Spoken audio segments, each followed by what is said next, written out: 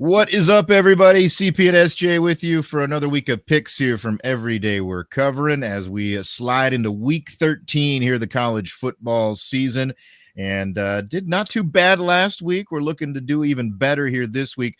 Unfortunately for the viewers, SJ, this is another one of those kind of ho-hum weeks. There's a lot of those non-conference garbage matchups that we get here late in the season from a certain conference, and just not a lot of juicy ones out there. But hopefully we'll still get some fun things to watch.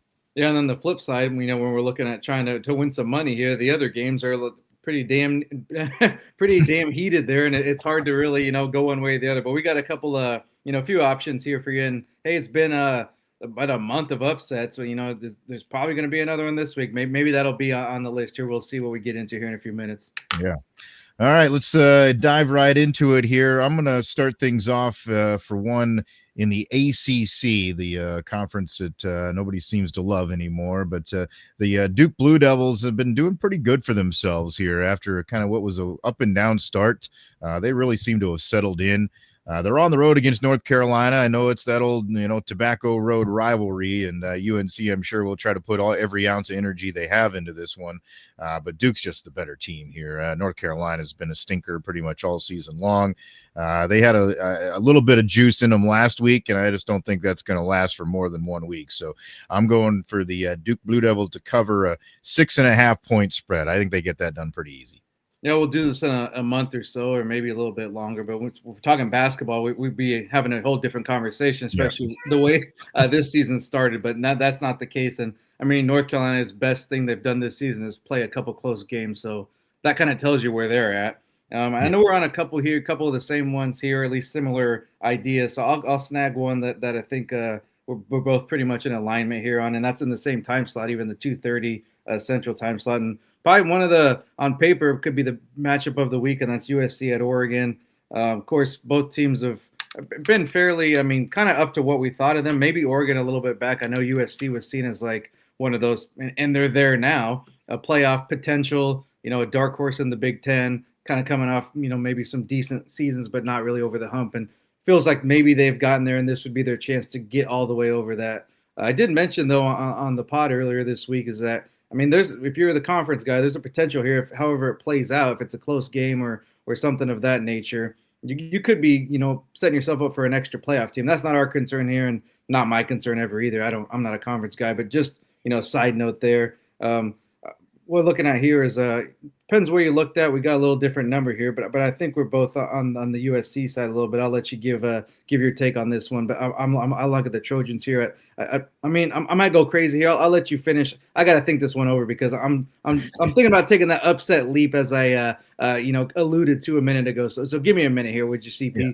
Okay, yeah. It's old Pac-10, Pac-12 rivalry we got going on here, and sets up for what should be all intents a pretty good football game. The thing that's kind of just stuck with me all season long is that Oregon's never lived up to their potential. They just keep kind of slugging along. They're winning games, but getting by the skin of their teeth. They escaped that one at Iowa. USC, kind of same story, I guess, against the Hawks last week in their own home field, but they at least kind of dominated one half of that game. They came back in the second half and took care of business when they needed to. And I think you brought up this point a few times too. The wideout's really talented for USC. They got a lot of guys that can catch the ball. They had to make some really good catches last week to kind of extend drives and keep things going there against the Hawkeyes, and they got it done when they needed to. I just think there is more of that kind of like skill talent that's set out there. Plus, Oregon's dealt with some injuries. They've had some of their star wide receivers hurt through a good chunk of the season. So I just think that there's more there for USC. And I got the line at them getting 9.5 points, which I think is just ridiculous. I don't see any way that this game is not. If it's a close one, it's going to be close. And then, what you're kind of thinking is maybe more where I would think this is go if it goes the other direction. So, I'm going to take that 9.5. It just feels like a free gift. I think USC at least keeps this thing close. Yeah, being as you're on that number, I'm going to go ahead and get a little wacky here, and let's. For my thing too with USC is they've shown the propensity to like make a comeback and come from behind, and I know Oregon's done it here. They did it at the Iowa game, but other than that, and that was, honestly, it wasn't like they came back and scored 3 or 4 touchdowns to make. They kind of they barely squeaked by about as close as you can get. While on the other hand, USC's been down, 21 to 7. They were down 14 to 6 against Nebraska. Like they've been down like significant points, and they've had to score, more than 24 points or so to get those comeback wins. So the offense is just too hard to shut down. I don't see a defense like Oregon shutting them down totally. Of course, you mentioned the kind of old Pac-12 matchup here, and points is what we think of when we think of that. So maybe not quite to that extent. I'm going to go ahead. 10 was what I was getting when I was getting. That was too, that was too obvious. There's no way you can't take that along with your 9.5. But that money line is plus 295 in the book I'm looking at. I'm pretty confident USC winning this one. So I don't feel like it's a huge upset, but if you're going to give me that much value, I'll go ahead and take USC to win straight up. And hopefully we're having a good Saturday late evening there with a big Trojan win. Yeah, that's a good plus number there for sure on a game that you feel like likely goes that direction. So I like it. I like being a little bit ballsy there. Let's go for it. We gotta have these upsets picked out at some point here. The next one that I'm going to turn to, and we're both on this one too, so we'll just get this next one also out of the way. This is a game that will be contested in the SEC in the evening, 6:30 kickoff between Tennessee and Florida. This will be on the ABCs. All you YouTube TV folks will be able to watch it on Saturday night. I don't know. It is one of those scenarios where you kind of question, because Florida has been that pesky, they'll play a good game and then they'll get blown out and then they'll hang around and lose one close. They're a little bit unpredictable. But it's been so volatile for them here lately, and it's starting to get really heated with that whole coaching search and all the rumors that are flying around about who may be there, who might be they going after, who said no. I think that's going to get to them here a little bit too. And Tennessee's a pretty good football team, and they can put up points. So I think they get it taken care of here. They're laying 4.5 was what I got it at, and I feel pretty comfortable that they'll be able to do that, at least win by a touchdown. I was able to get a little early in the week. I was surprised that the number was only 3.5. So I was like, oh, we're going right now. Like there's not waiting. Sometimes you just can't wait around. I would have, you like to play it a little bit. I know we go midweek, but you want to give it a day or two, especially coming off the weekend. But when it was that low, I can't see that happening for, all the reasons you laid out. And just Tennessee, I mean, when they've lost, it's not like they've freaking lost to anybody. Oklahoma's on a hell of a run. Lose Alabama. Like it's not like they're by record wise, they're probably disappointed. But as far as, level of competition you've lost to, we don't often give the SEC credit, but they've lost to quality teams in their case. That's not always the case, but this year they have. And yeah, Florida's, kind of played throughout, all that turmoil and showed out a few weeks, had some good games. But at some point that little lift or that morale boost or that energy only lasts so long. You still got to do the week of preparation, hear all the outside noise. And for players, you might be looking at a new destination on top of everything, putting your name out there, putting your feelers out there and seeing what schools you may be playing for next year. So that's part of the equation as well. So yeah, Tennessee is just far better. 3.5, I'll go ahead and take them to cover that easily. And that this should be, one of those pretty easy, smooth sailing. I think I'm pretty heavy on the confidence with this one. I think this one's a pretty easy win and could be kind of ugly for Florida fans. Well, you hit on the old big number last week, SJ, and I know you're looking at another big number here again this week. A certain team that's coming off a little bit of a bye, going on the road to take on that independent school. Yeah, again with these, not a ton of confidence. We're just seeing, maybe the stars align, if you will. We did it with New Mexico State last week. That was an interesting and fun affair there. We made it that way at least, and. You'd think this is a little bit more light competition. Obviously, Notre Dame's looked pretty solid at times, especially last week. But they've also, some of the games where you're like, they're going to roll in this one. They may be a few hiccups and just not. They're kind of playing to the level of competition, I guess, in my mind. In some of these games, not everyone. And we're going to hope that that's the case with this one. 35.5 points.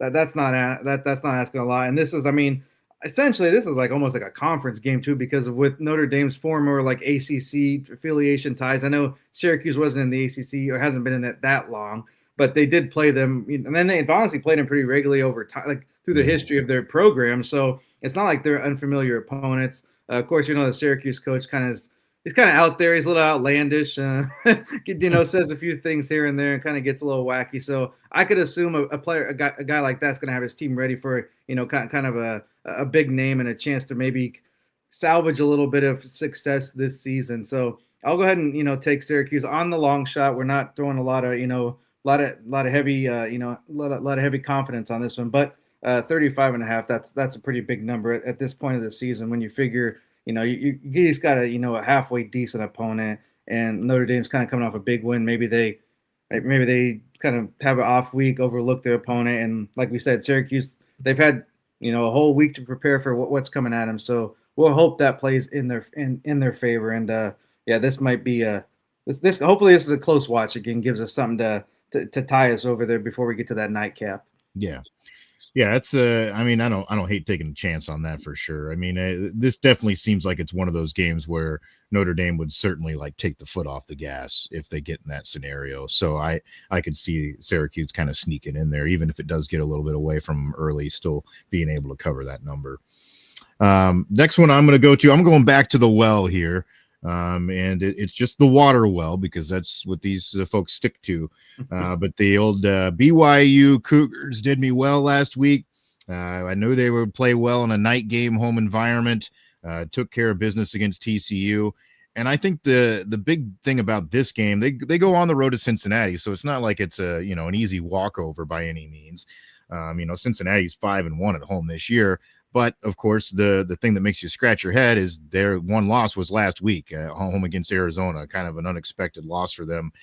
Didn't really see that one coming, so to speak. And I just think the motivation factor is there for BYU right now. They're still kind of in that potential getting in the playoff conversation.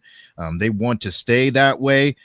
So I think they've got way more on the line than Cincinnati does. And again, seeing these two teams before, I just like the toughness that BYU has, especially at the line of scrimmage, especially kind of into that second level of their defense. Their linebackers are really good. I think that's what gets them over the hump here. Sorsby's really good at moving around and escaping, but BYU is one of those teams that can kind of contain a guy a little bit as far as his running ability. So I'm going to go with the Cougars. They're laying just 2.5. So obviously Vegas thinks it will be a close game, but I think BYU is able to win this one, probably by a touchdown. But all they got to do is win it by a field goal, and I'm good. Yeah, the last one I have is that this one's kind of moved, up and down a little bit here. Not too much, within a point or so. It's 6.5 to 7. Now 7.5 most places, but when I played it was 7, so we're going to go with that number. And that's Arizona State traveling to Colorado. You want to talk about teams going in the opposite directions? A couple weeks ago, we thought Arizona State's season was kind of down the toilet, and compared to what coming off obviously a conference championship, it's hard to match that. Yeah.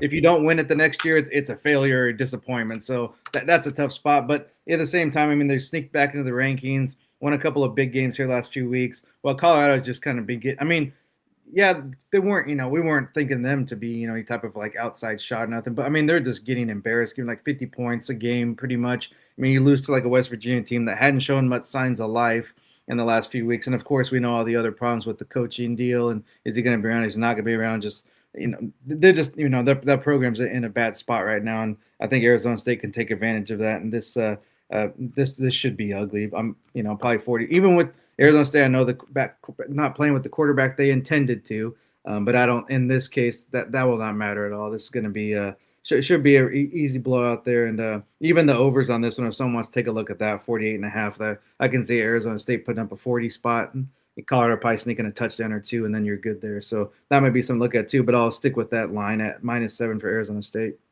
Yeah, I like that play too. That's one I had written down on my list to look at this week. And you're right. It's just the direction they're both going right now. Maybe 4 weeks ago we're thinking differently, but right now, yeah, both obviously going in different directions. The only thing that is kind of annoying, I'm sure, for Arizona State fans right now is the fact that it's been teased that their quarterback that's not playing has been supposedly shopping around to go to a new location, whatever the hell that means these days. But still, they've found a way to kind of find a spark and play well here these last couple of weeks. So, yeah, I'll give credit to them. I think, yeah, that's a good spot for them to get a cover for sure. All right, that's kind of our main picks here this week, and yeah, I mean we've got some good things to watch here and look at. There might be some other ones we kind of take a peek at here and there over the weekend. SJ, anything else that's kind of teasing you? Oh, I think we'll go ahead and take a look in the SEC.